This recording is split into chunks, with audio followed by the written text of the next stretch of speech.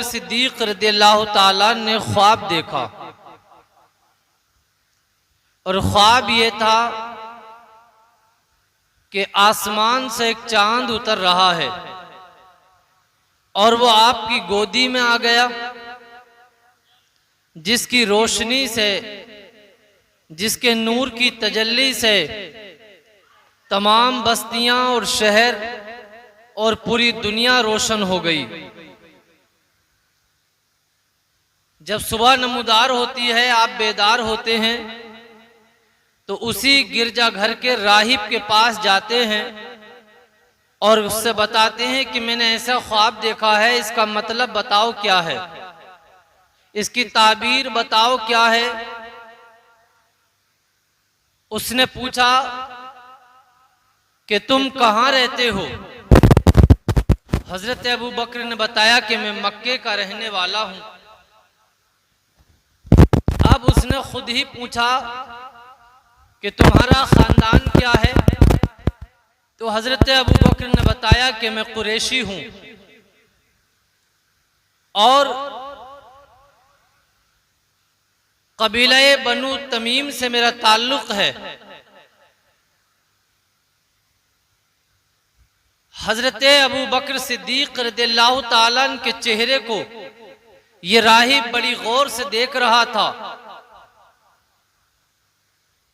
और कहा कि बाकी निशानियां तो मैंने पहचान ली तुम्हारे अंदर, लेकिन एक निशानी और देखना चाहता हूं और वो ये है कि तुम्हारी नाभ के करीब में एक तिल है। अगर वही तिल तुम्हारे हुआ तो यकीनन तुम जिस जगह के रहने वाले हो उस मक्का शहर में अल्लाह के आखिरी नबी का ज़ुहूर होने वाला है और वो अपने नबी होने का ऐलान करने वाला है या कर चुका है, और तुम उस नबी के पहले खलीफा बनोगे और तुम उसके साथी बनोगे। तकरीबन इस राहिब की उम्र 390 साल की हो चुकी थी।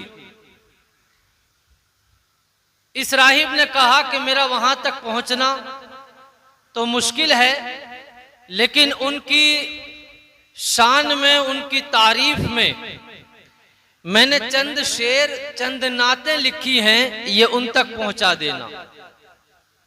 हजरत अबू बकर सिद्दीक रज़ियल्लाहु ताला मक्का शरीफ जब वापस आते हैं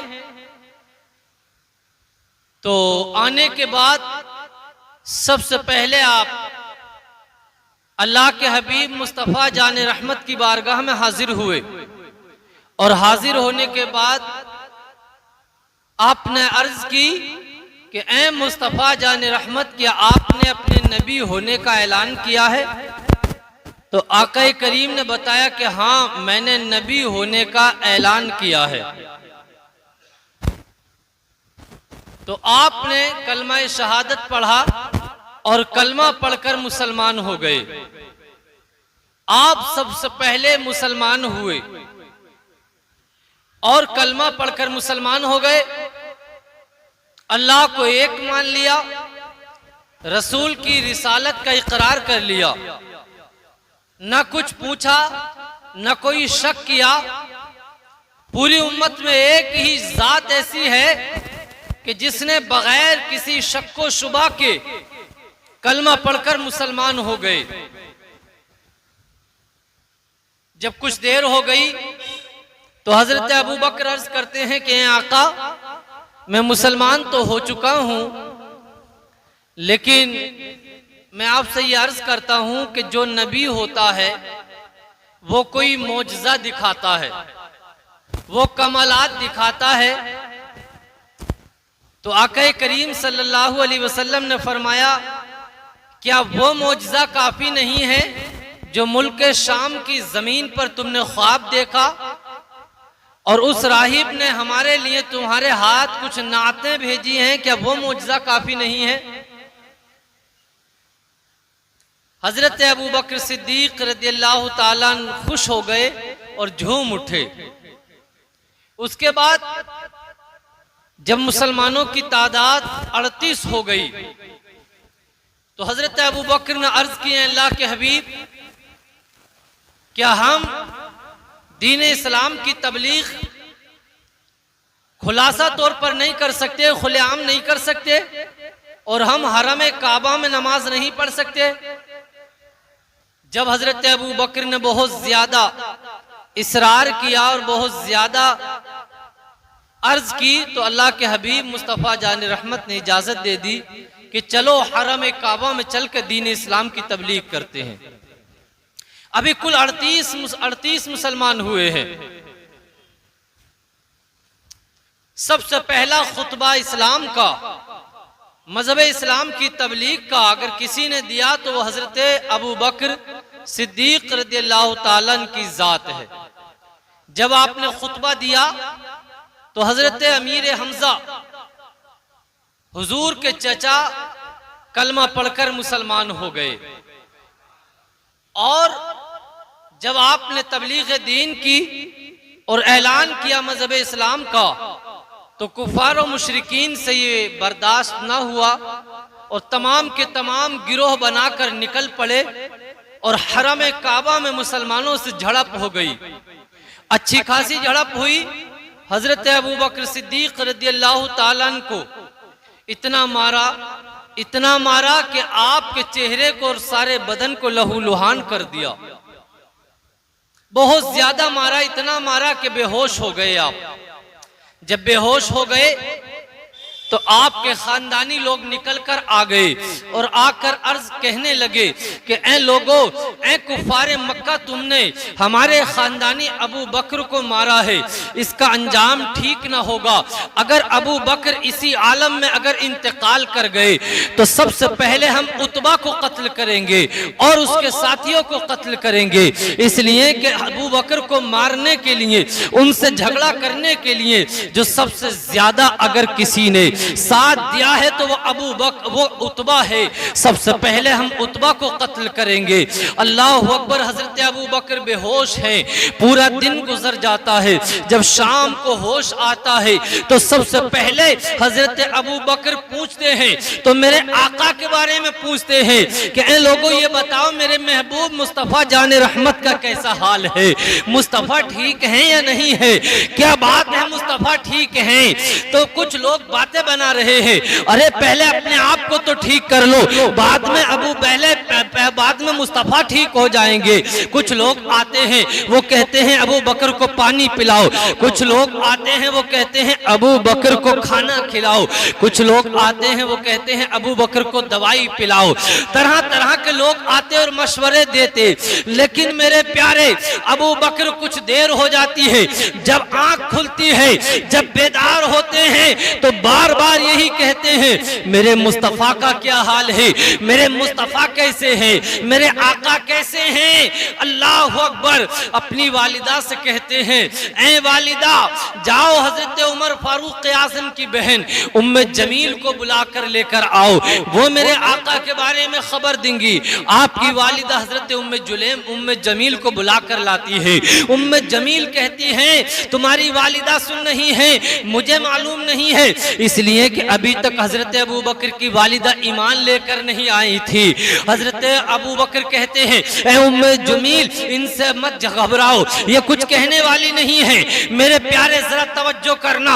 हजरत उम्मे जमील कहती है ऐ अबू बकर, तुम्हारे आका हजरत अरकम के घर में तशरीफ फरमा है और आका खैरियत से हैं, हमारे आका ठीक हैं। हजरत अबू बकर अपनी माँ से अर्ज करते हैं ऐ मेरी माँ, तुम पहले ऐसा करो, मेरे आका से मिलाकर ले आओ, मेरे आका से मिलाकर ले आओ। मेरे प्यारे, इतना मारा है लोगों ने, कुफार ने इतना मारा है कि अबू बकर के जिस्म से खून निकल रहा है, आपके चेहरे से खून निकल रहा है। लेकिन लोग कहते हैं दवाई खिलाओ, लोग कहते हैं पानी पिलाओ, लोग कहते हैं खाना खिलाओ, लेकिन अबू बकर है न खाना मांगते हैं, न पानी मांगते हैं, न दवाई मांगते हैं, बल्कि उस दर्द और तकलीफ के आलम में भी आपके इश्क मुस्तफा का आलम यह है, इश्क रसूल का आलम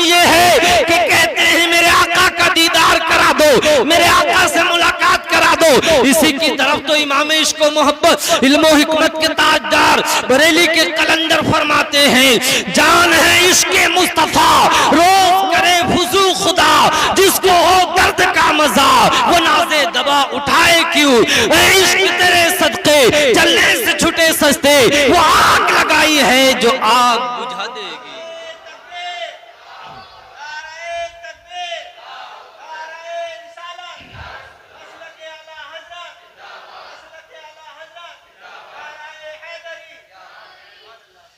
अब अबू बकर अर्ज करते हैं, ए मेरी माँ तुम मुझे मेरे आका से मिलवा दो, मेरे आका कहाँ मिलेंगे। हजरत उम्मे जमील बताती है कि आका हजरत अरकम के घर में है, जाओ तुम इन्हें वहाँ ले जाओ। हजरत अबू बकर की वालिदा आपको गोदी में लेती है और ले जाने के बाद जैसे तैसे करके हजरत अरकम के घर में लेकर जाती है। मेरे आका हजरत अबू बकर के करीब आ जाते हैं, आपके चेहरे पर हाथ रखते हैं, आपके सीने पर हाथ रखते हैं और रखने के बाद अपने आशिक सादिक को देख रहे हैं, हुजूर आपकी तरफ देख रहे हैं। हजरत अबू बकर की जबान से निकलता है, अर्ज करते हैं, ए आका देखो मैं तो हूँ लेकिन मेरी वालिदा अभी ईमान लेकर नहीं आई है, मेरी वालिदा के लिए आप दुआ फरमा दीजिए, आप नजर करम फरमा दीजिए ताकि ये भी ईमान लेकर आ जाएं, ताकि ये भी कलमा पढ़ के मुसलमान हो जाएं।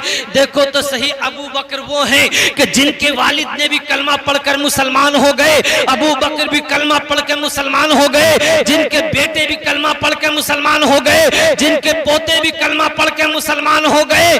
अपनी वालिदा के लिए अर्ज करते हैं, आका मेरी वालिदा के लिए दुआ कीजिए ताकि ये भी कलमा पढ़ के मुसलमान हो जाएं। मेरे आका नजरे करम उठाते हैं और अबू बकर की माँ के लिए दुआ करते हैं। अभी मेरे आका ने दुआ करके हाथ ना किए थे कि अबू बकर की माँ कलमा पढ़ के मुसलमान होती चली जा रही है, जिसकी तर्जमानी बरेली के कलंदर यूं करते हैं, इल्म हिकमत के ताजदार यूं करते हैं, बरेली के शहरियार यूं करते हैं, मुजद्दिद आज़म यूं करते हैं, जिस तरह फुट गई दम में दम आ गया, उस निगाहे इनायत पे लाखों सलाम, मुस्तफा जाने रहमत पे लाखों सलाम, शमे बज़ में हिदायत पे लाखों सलाम।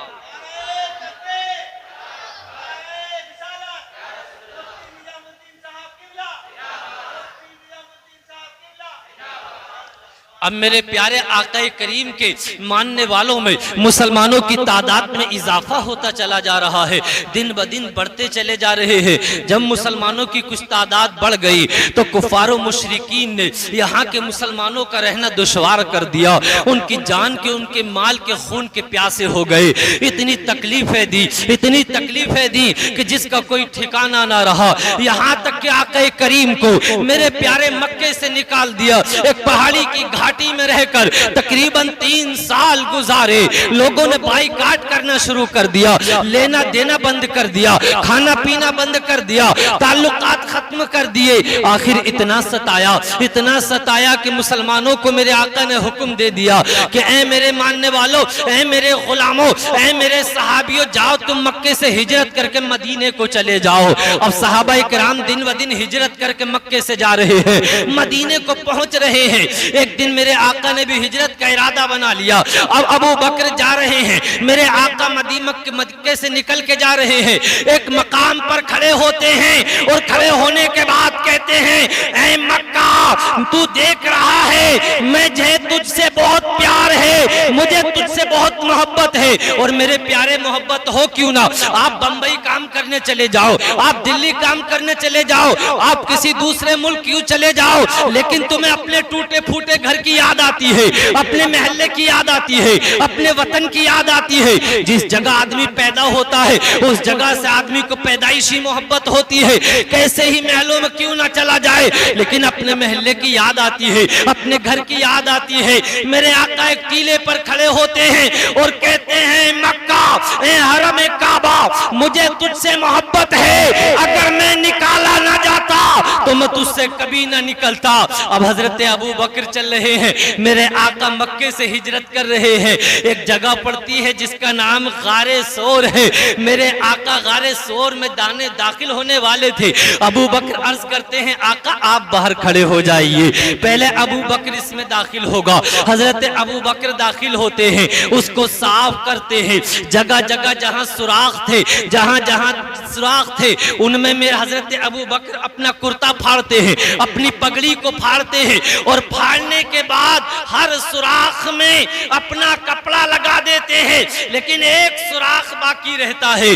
जरा जहन को हाजिर रखना, इतने में ही इससे बहुत पीछे जाइए। जब हजरत सुलेमान अलैहिस्सलाम का जमाना था, तो आप एक मर्तबा एक किताब में बैठकर नबी आखिरुज़्ज़मा के फज़ाइल और कमालात बयान फरमा रहे थे, आपकी तशरीफ आबरी का जिक्र फरमा रहे थे। उसी जगह पे एक सांप सुन रहा था। जब उसने सुन लिया तो आपसे अर्ज करता है, ए हजरत सुलेमान, ये तो बताओ उनसे मुलाकात कहाँ होगी, वो कौन से शहर में नाजिल होंगे, वो कौन से शहर में तशरीफ लेकर आएंगे।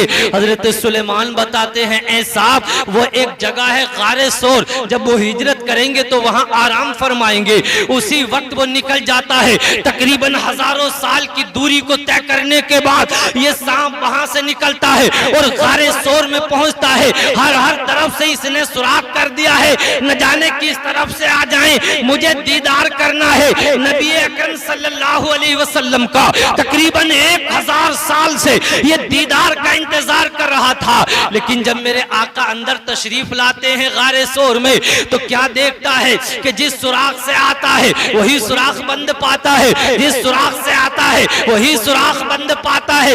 एक सुराख में देखा तो हजरत अबू बकर की एड़ी लगी हुई थी। पहले दस्तक देता है, पहले सर मारता है और कहता है, अबू बकर हटा लो, अब इश्क की जंग हो रही है, तुम भी आशिक हो, मैं भी आशिक हूँ, अब हटा लो अपने पैर को। लेकिन अबू बकर कहाँ है, आशिक ही नहीं है, बल्कि आशिक अकबर है, बल्कि आशिक सादिक है। अबू बकर अपने पैर को नहीं हटाते हैं। आखिर ये सांप गुस्से में आता है और आपके पैर में डस लेता है। मेरे आका का सरे मुबारक हजरत अबू बकर की गोद में रखा हुआ था।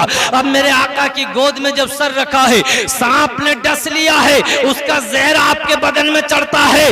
जब बदन में चढ़ना शुरू होता है, हजरत अबू बकर की तकलीफ होती है, जहर चढ़ता है, आपकी आंखों से आंसू निकल जाते हैं। जब आंसू निकलते हैं तो मेरे आका के रुखसार पे टपक जाते हैं। मेरे आका उठते हैं और उठने के बाद अर्ज करते हैं, ए अबू बकर बताओ तो सही, क्या तकलीफ है, क्या परेशानी है, क्या वजह है, क्यों रो रहे हो। अल्लाह अकबर, लोगों तवज्जो करना। हजरत अबू बकर अर्ज करते हैं, आका किसी कीड़े ने मुझे काट लिया है, शायद किसी सांप ने मुझे डस लिया है। हजरत अबू बकर पैर हटाते हैं, जैसे ही हटाते हैं एक सांप निकल कर आ जाता है और मेरे आका के कदमों में सर रख देता है। और रखने के बाद अर्ज करता है, आका आपका आशिक अबू बकर पैर नहीं हटा रहा था, गलती की माफी चाहता हूँ, मैंने उनको काट लिया है।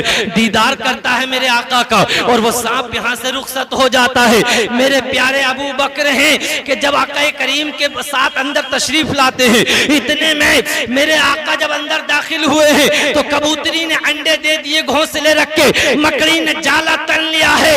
इतने में ही कुफ्फार और मुशरिकीन पीछा करते हुए आ गए हैं, इसलिए कुफ्फार आग पीछा कर रहे थे, मेरे आका को पकड़ने की कोशिश कर रहे थे। लेकिन कबूतरी को भी मोहब्बत थी। आज मक्के मदीने में जाने वालों से पूछो कि मदीने में मेरे आका के गुंबदे खजरा के पास में इतना कबूतर रहता है, इतना कबूतर रहता है कि जिस तरफ कबूतर उड़ते हैं उसी तरफ साया होता चला जाता है। हजरत अबू बकर रो रहे हैं, आपकी आंखों से आंसू निकल रहे हैं, इसलिए कि सांप का जहर इंसान को बहुत तकलीफ देता है।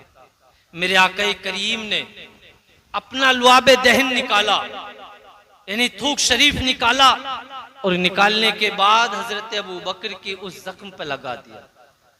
चंद लम्हात हुए हैं कि हजरत अबू बकर को शिफा मिल गई है, ठीक हो गए हैं। बाहर निकल कर आए। कुछ देर के बाद हजरत अबू बकर ने अर्ज की, आका बहुत तेज की प्यास लगी है, क्या करूं आका जरा बताओ तो सही। आका करीम सल्लल्लाहु ताला अलैहि वसल्लम ने इरशाद फरमाया, जाओ गारे सोर के बीच में जाओ, वहां पानी मौजूद है। अब मैं आपसे पूछना चाहता हूं, गारे सोर में कोई नल नहीं लगा हुआ था, कोई टंकी या कोई कुआं नहीं था, वहां तो एक आदमी को भी जाना मुश्किल होता है, तो अबू बकर को पानी वहां कहां से मिलेगा?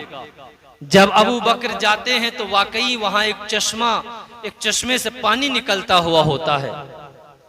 अबू बकर पानी पीते हैं और आका करीम की बारगाह में हाजिर हो जाते हैं और हाजिर होने के बाद अर्ज करते हैं, ए आका मैंने पानी पी लिया है, लेकिन एक बात अर्ज करना चाहता हूँ। ए आका बात ये है कि यहाँ ये बताइए पानी आ कहाँ से गया?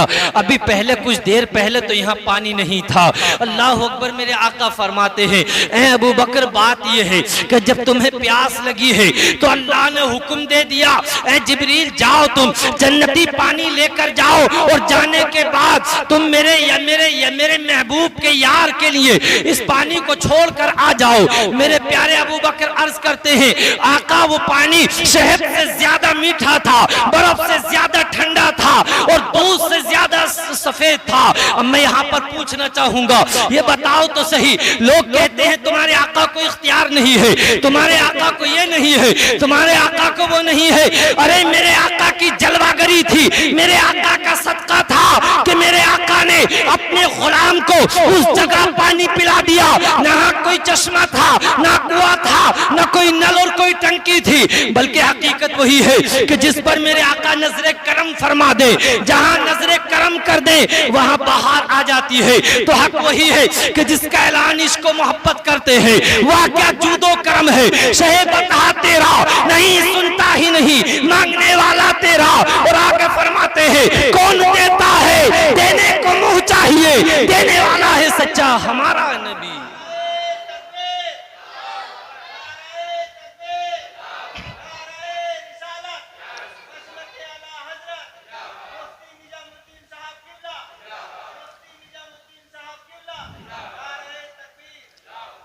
अबू बकर की जिंदगी ऐसी जिंदगी है कि अगर हम उसे अपनी जिंदगी में अपना लें तो हमारी जिंदगी का रुख बदल जाएगा।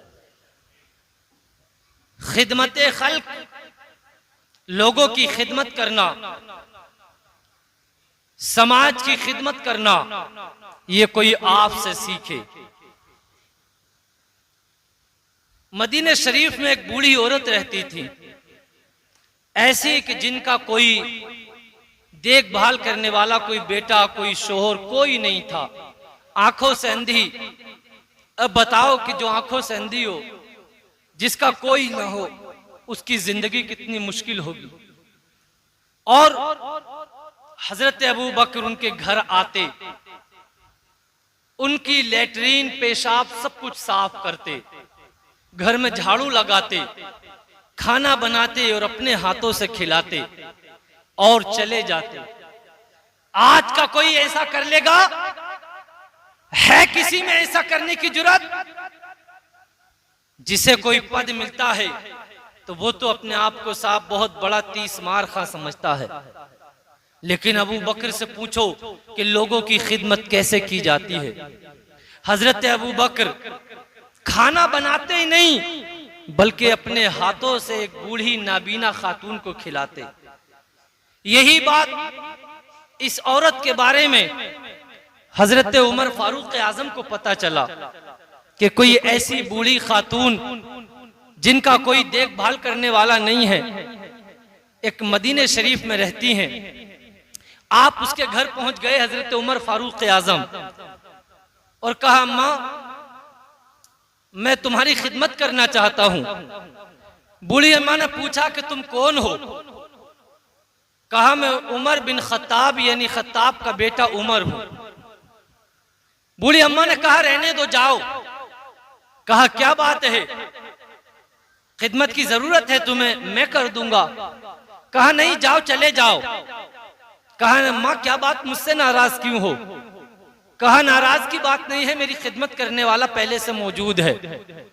कहा, कौन खिदमत करता है? कहा 3 साल खिदमत करते करते हो गए हैं, लेकिन अभी उसने अपना नाम नहीं बताया है। वो कौन है खिदमत करने वाला, कहां से आता है, उसने नहीं बताया है। लेकिन तुम तो अभी खिदमत भी नहीं की है, तुमने अपना बाप का नाम भी बता दिया, अपना नाम भी बता दिया, तो भला तुम कैसे खिदमत कर सकते हो। हजरत उमर फारूक आजम है, बड़े खामोश हो गए, लौट के आ गए और इस ताक में लग गए कि देखूंगा कौन खिदमत करने आता है। पूरा दिन देखते रहे, उसी तलाश में रहे, लेकिन कोई आदमी नजर नहीं आया, कोई खिदमत करने वाला नजर नहीं आया। आप रात भर देखते रहे, तहज्जुद की नमाज पढ़ के उसी दरवाजे पे आके बैठ गए कि देखो यहाँ खिदमत करने आता कौन है। हजरत अबू बकर आते हैं, मेरे प्यारे मुंह पे कपड़ा ढका हुआ है, रात की तन्हाई में आते हैं, उसके लेटरिन पेशाब पखाने को साफ करते हैं, उसके लिए खाना बनाते हैं, घर में झाड़ू मारते हैं, अपने हाथों से खाना खिलाते हैं और उसके घर से निकल जाते हैं, अपने मुंह पे कपड़ा ढकते हैं। हजरत उमर पीछे से आते हैं और अर्ज करते हैं, आने वाले ए खिदमत करने वाले, जरा ये तो बता तू है कौन, तेरा नाम क्या है। हजरत अबू बकर मुंह से कपड़ा हटाते हैं और कहते हैं मैं अबू बकर हूँ। जब हजरत अबू बकर को उमर फारूक आजम देखते हैं तो आप देखते रह जाते हैं और आपकी गोलियां भर लेते हैं और अर्ज करते हैं, भाई जरा ये तो बताओ कि तुम इतने दिनों से खिदमत कर रहे हो, तुमने अपना नाम तक नहीं बताया है, तुमने अपना नाम नहीं बताया है और तुम खिदमत करते चले जा रहे हो। ए अबू बकर जरा ये तो बताओ, तुमने ये जूतियां अपने तुमने ये यहाँ पर कैसे रख ली है, तुम जूती पहन के क्यों नहीं चल रहे हो। अबू बकर अर्ज करते हैं, ए उमर भाई बात ये है कि रात में जब कोई आदमी जूती पहन के चलता है तो उसकी जूतियों की आवाज बहुत दूर तक जाती है और मैं ये नहीं चाहता कि मेरी जूतियों की आवाज से किसी पड़ोसी को तकलीफ पहुंचे, किसी सोते हुए आदमी को तकलीफ पहुंचे। ए मेरी कौम के लोगों, हम ऐसे आकाओं के गुलाम हैं कि जो अपनी जूतियों की आवाज से किसी को तकलीफ नहीं देना चाहते हैं, लेकिन वहीं पर उसी कौम के लोग, उन्हीं आकाओं के मानने वाले लोग इस तरीके से गाने और बजाने और ढोल तमाशे करते हैं कि बीमारों के दिल तड़पते हैं। ए लोगों जरा तवज्जो तो करो, तुम जब इतनी जोर जोर से ढोल ढमाके बजाते हो, ए लोगों तवज्जो तो करो, किसी बीमार के दिल कितना फटता होगा, बच्चे रोते होंगे। यकीनी तौर पर किसी का दिल दुखाना, किसी को तकलीफ पहुंचाना, ये तुम्हारी नमाजों को बर्बाद कर देगा, तुम्हारे रोजों को बर्बाद कर देगा और इसी वजह से हो सकता है कि तुम जहन्नम में दाखिल कर दिए जाओ। आका करीम मुस्तफा जाने रहमत ने इरशाद फरमाया कि एक औरत मदीने शरीफ में ऐसी रहती थी जिसकी नमाजें बहुत पढ़ती थी, रोजे बहुत रखती थी, सदका तो खैरात बहुत करती थी, लेकिन पड़ोसियों को और गांव के बस्ती के लोगों को बहुत तकलीफ पहुंचाती थी। अल्लाह ने उसकी तमाम नमाजों को, नेक अमाल को मुंह पे मार दिया और उसको जहन्नम में दाखिल कर दिया। लेकिन एक औरत ऐसी थी कि जो नमाजें तो कम पढ़ती थी, रोजा और सदकात और नेकी तो कम करती थी, लेकिन किसी को तकलीफ नहीं पहुंचाती थी। अल्लाह को उसका ये अमल इतना पसंद आया कि अल्लाह ने उसी अमल की वजह से उसे जन्नत में दाखिल फरमा दिया। लोगों, अल्लाह ने अगर जिंदगी दी है, अगर ताकत और हिम्मत दी है, तो किसी को तकलीफ मत पहुंचाओ, किसी का दिल मत दुखाओ, इसलिए कि दिल के दुखाने से तुम्हें सुकून ना मिलेगा, दुनिया और आखिरत दोनों तबाह बर्बाद हो जाएंगी। और लोगों को आसानी पहुंचाओ, लोगों के साथ भलाई करो, लोगों के साथ नरम दिली से पेश आओ, अल्लाह को यह अमल तुम्हारा पसंद आएगा। अरे अबू बकर ने किसी को तकलीफ नहीं पहुंचाई। आज हमारी पसंद अलग अलग होती है मेरे प्यारे। हमें कभी तो किसी को नैनीताल जाना और घूमना पसंद होता है, किसी को जाड़े का मौसम पसंद होता है, किसी को गर्मी का मौसम पसंद होता है, किसी को अच्छे कपड़े पसंद होते हैं, किसी को अच्छे अच्छे होटलों में जाकर खाना खाना पसंद होता है, किसी को कुछ पसंद होता है, किसी को कुछ पसंद होता है। हर एक आदमी अपनी पसंद के एतबार से हर एक चीज को पसंद करता है और उसकी तारीफ करता है। लेकिन मेरे प्यारे अबू बकर से पूछते हैं, ए अबू बकर ये बताओ तुम्हें क्या पसंद है, तुम क्या चीज पसंद करते हो, तुम्हें पसंद क्या है? तो अबू बकर निकलते हैं और कहते हैं, अबू बकर मुझे 3 चीजें पसंद हैं। मुझे पहली चीज तो ये पसंद है कि मेरी आंखें हो और मेरे आका का चेहरा हो, अपने आका के चेहरे की जियारत करता रहूं, जब तक जिंदा रहूं अपनी आंखों से अपने आका का चेहरे की जियारत करता रहूं। मुझे पहली बात ये बहुत पसंद है। और दूसरी बात ये पसंद है कि मेरा माल हो और मेरे आका के कदम हो, अपने आका की बारगाह में अपने तमाम माल को खर्च करता चला जाऊं, इस्लाम की आबियारी के लिए खर्च करता चला जाऊं, इस्लाम की आबियारी के लिए अपना माल बखेरता चला जाऊं, राह खुदा में खर्च करता चला जाऊं। और तीसरी बात मुझे ये बहुत पसंद है कि मैं हमेशा आका की बारगाह में बैठा रहूं, हमेशा आका की बारगाह में बैठा रहूं। ऐ अबू बकर तुम्हारे कदमों पे मैं कुर्बान जाऊं। लेकिन अबू बकर वो अबू बकर है जिनका गुफ्तार है तो वो नबी की सुन्नत के मुताबिक है, जिनकी रफ्तार है तो वो अबू प्यारे नबी की सुन्नत के मुताबिक है, जिनका खाना और पीना है तो नबी की सुन्नत के मुताबिक है, जिनका चलना और पहनना ओढ़ना है तो नबी की सुन्नत के मुताबिक है। अरे नबी दुनिया में रहे तो नबी के आशिक बन के रहे, और जब इस दुनिया से गए तो नबी के कदमों में, नबी की बाजू में अपना मस्कने आखिर बना लिया उन्होंने।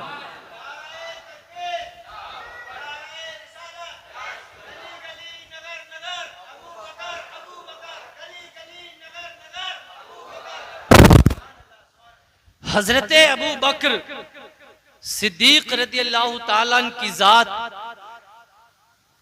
जंगे तबूक का मौका आता है, आका करीम ने ऐलान फरमाया कि इस्लाम की आबियारी के लिए, दीन के आगे बढ़ाने के लिए तुम्हारी जानें चाहिए, तुम्हारा खून चाहिए और तुम्हारा माल चाहिए।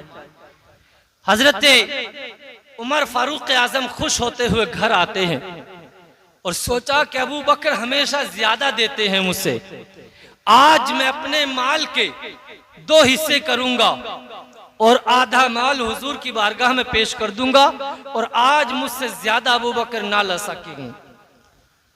उमर फारूक आजम आधा माल लेकर आ गए।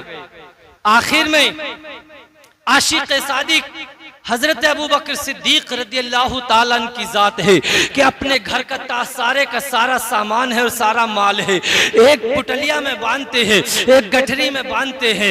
आखिर यहाँ हो जाता है कि अपनी सिल का पत्थर भी रख लेते हैं, अपने जिस्म का लिबास उतारते हैं और उतारने के बाद उसको भी रख लेते हैं और एक टाट का लिबास बनाते हैं, उसको कांटे के बटन लगाकर पहन लेते हैं। हुजूर की बारगाह में जब हाजिर होते हैं, मेरे आका सल्लल्लाहु ताला अलैहि वसल्लम है कि मेरे आका पूछते हैं, ए अबू बकर जरा ये तो बताओ, ए अबू बकर जरा ये तो बताओ, घर भी कुछ छोड़ के आए हो या नहीं आए हो?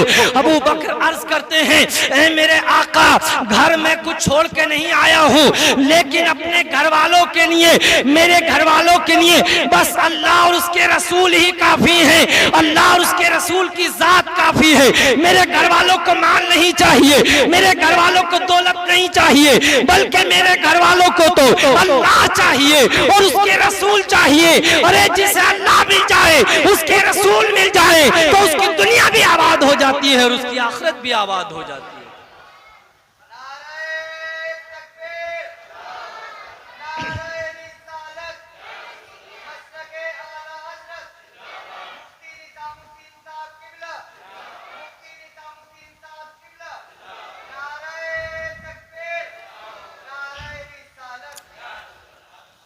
एक मर्तबा मेरे आका सल्लल्लाहु ताला अलैहि वसल्लम मस्जिद नबवी शरीफ में बैठे हुए हैं कि आका करीम ने फजर की नमाज के बाद फरमाया कि गुलामों जरा ये बताओ आज रोजा किसका है? हजरत उमर फारूक आजम खड़े हो गए, अर्ज करते हैं आका आज इरादा था लेकिन रखा नहीं। कोई बात नहीं है, नफली रोजा रख लो, अच्छी बात, ना रखो तो कोई बात नहीं। अल्हम्दुलिल्लाह इस माह मुबारक में रमजान शरीफ मुहर्रम शरीफ में न जाने कितने लोग हैं जो पहले 10 दिन के रोजे रखते हैं, और अल्हम्दुलिल्लाह इस महफिल में कितने लोग हैं जो इस माह मुबारक के मुहर्रमुल हराम शरीफ के 10 दिन के रोजे रखते हैं। खुशनसीबी है उनकी, अल्लाह ताला उनके रोज़ों को कबूल फरमाए और दुनिया और आखिरत में बेहतरीन इमाम हुसैन के साथ उन्हें दाखिल जन्नत फरमाए। हजरत उमर फारूक आज़म बैठे, मेरे आका ने फरमाया है कोई जिसका रोजा हो बताए। हजरत अबू बकर खड़े हो गए, अर्ज की आका आपके गुलाम का रोजा है। सुभान अल्लाह। मेरे आका ने पूछा ये बताओ आज कोई किसी की इयादत करके आया है, यानी कोई किसी बीमार हो कोई और उसको देखकर उसका हाल पूछ के आया हो। हजरत अबू बकर खड़े हो गए, हुजूर अभी फजर की नमाज पढ़ी है, इतनी जल्दी कौन किसे देखकर आ जाएगा, अब बाद में दिन शुरू होगा तो देख लेंगे। मेरे प्यारे हजरत अबू बकर खड़े हो जाते हैं, आंखें झुकी हुई हैं, अर्ज करते हैं आका आपका गुलाम अबू बकर है। रात तहज्जुद के लिए जब नमाज के लिए उठा तो नमाज तहज्जुद अदा करने के बाद मुझे ख्याल आया कि मेरे दोस्त हजरत अब्दुर्रहमान बिन औफ है, कई दिनों से नमाज में मुलाकात नहीं हुई, मुझे पता चला था कि बीमार है। मैंने तहज्जुद की नमाज पढ़ के उनके घर की तरफ को चला गया और मुझे मालूम था कि वो भी तहज्जुद की नमाज बड़ी पाबंदी से पढ़ते हैं। मैं उनके घर गया और वो बीमार थे, उनकी इयादत की, उनके हाल पूछा और पूछने के बाद मस्जिद में आ गया फजर की नमाज अदा करने के लिए।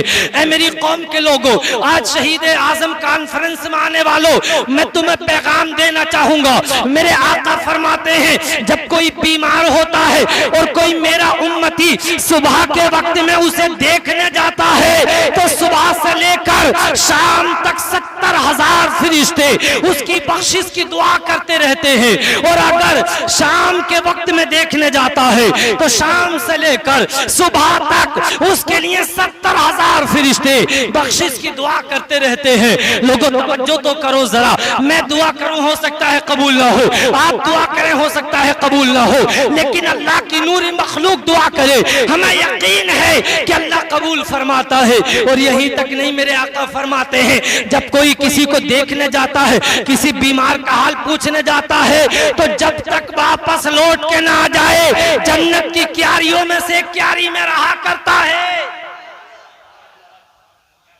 आज तो हमारे दरमियान से मोहब्बतें खत्म हो गईं, मोहब्बत का तकाजा ही होता। मेरे आका की सुनो, हजरत ज़ैद बिन अरकम कहते हैं कि एक मर्तबा हुआ ऐसा कि मेरी आंख में तिनका पड़ गया।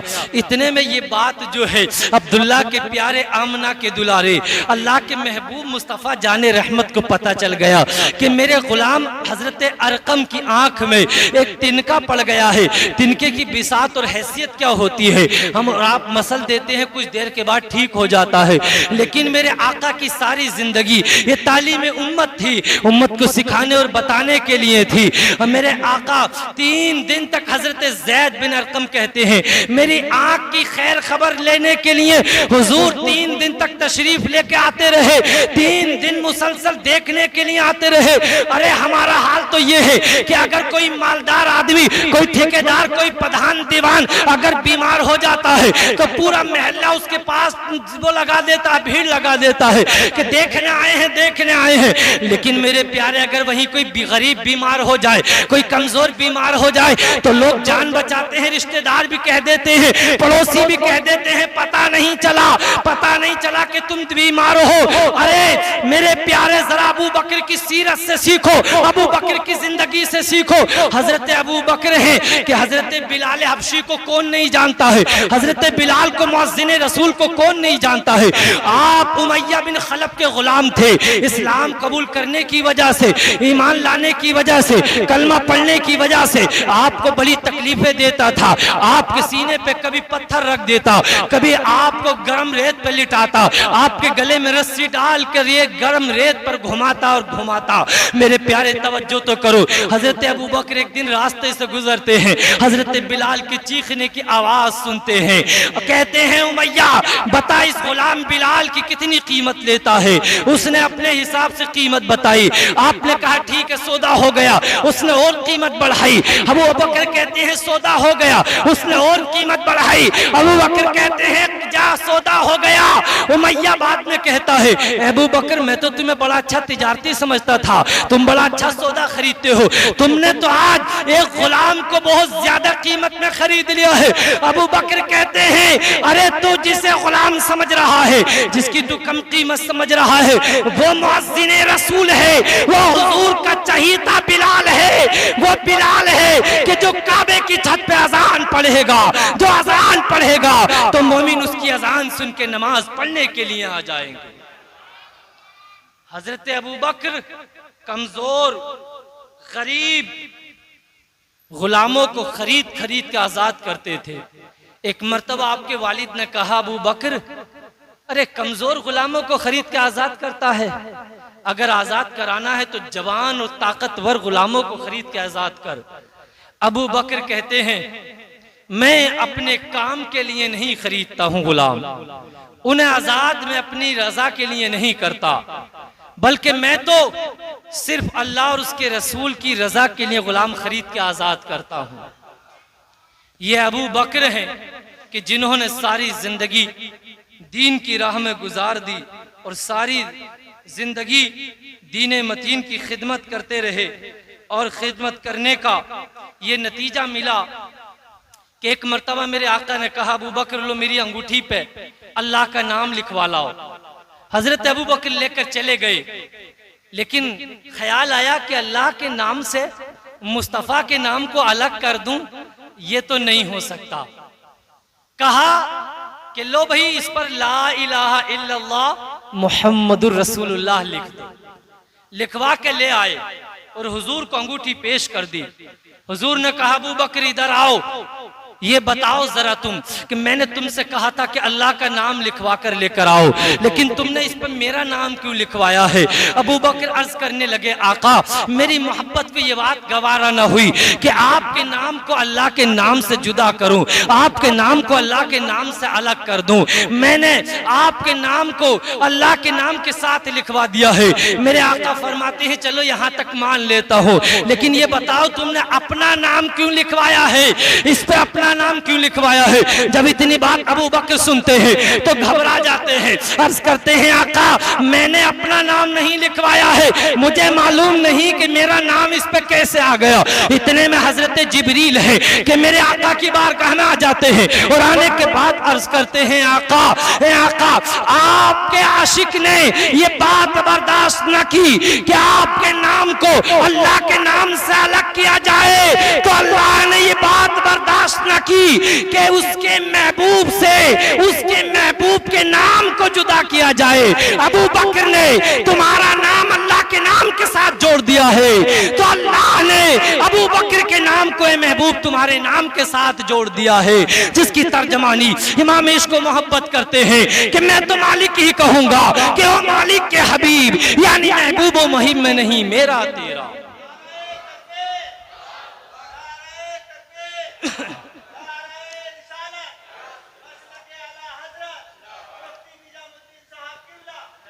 अब मेरे प्यारे हजरत अबू बकर आक़े करीम के बाद पहले खलीफा बने। जब हुजूर इस दुनिया से बज़ाहिर विसाल फरमा गए तो मुसलमानों के अमीर बने, पहले खलीफा बने अबू बकर सिद्दीक। बोलिए अबू बकर सिद्दीक पहले खलीफा बने और इनका मर्तबा हुजूर के और अंबिया किराम के बाद सारे इंसानों से बड़ा मर्तबा है इनका। हुजूर के बाद और अंबिया किराम के बाद सारे इंसानों से बड़ा मर्तबा हजरत अबू बकर सिद्दीक का है। उम्मत के पहले मुफ्ती, पहले मुत्तकी, पहले मुसलमान आप बने और तकरीबन 2 साल 7 महीने तक और कुछ दिन मुसलमानों के अमीर रहे। और जब इस दुनिया से विसाल फरमाया तो लोगों से अर्ज की कि लोगों जब मेरा विसाल हो जाए तो मेरे जनाजों को हुजूर के रोजे के सामने रख देना और अर्ज करना कि आका आपका गुलाम आपकी करबट में, आपकी बराबर में, आपके पहलू में दफन होना चाहता है। अगर इजाजत मिल जाए तो ठीक है, वरना तो मुझे जन्नतुल बकी में दफन कर देना। अल्लाह अकबर मेरे प्यारे, आपका जब विसाल हो जाता है, विसाल होने के बाद लोग आपके जनाजे को उठाते हैं और मेरे आका के रोजे के सामने रख देते हैं और लोग आवाज लगाते हैं, ए आका, आपका ये गुलाम आपके पहलू में, आपके बाजू में दफन होना चाहता है। बस लोगों ने इतना कहा था, रोज़े अनवर से आवाज आती है, महबूब को महबूब के पास ले आओ, दोस्त को दोस्त के पास ले आओ। हजरत अबू बकर को मेरे आका के कदमों में मेरे प्यारे दफन कर दिया जाता है। ये अबू बकर की जिंदगी है। अल्लाह ताला हम सबको हजरत अबू बकर का सच्चा गुलाम बनाए, दुनिया और आखिरत में उनकी गुलामी नसीब फरमाए और क़यामत के दिन उनके साथ मेरे प्यारे हमें अल्लाह पाक जन्नत में दाखिला फरमाए। कहने सुनने में जानकर भूल कर अगर कोई गलती हुई हो तो अल्लाह माफ फरमाए। कलमा शरीफ पढ़े, ला इलाहा इल्लल्लाह मुहम्मदुर रसूलुल्लाह सल्लल्लाहु तआला अलैहि वसल्लम, अस्तगफिरुल्लाह रब्बी मिन कुल्ली ज़ंब।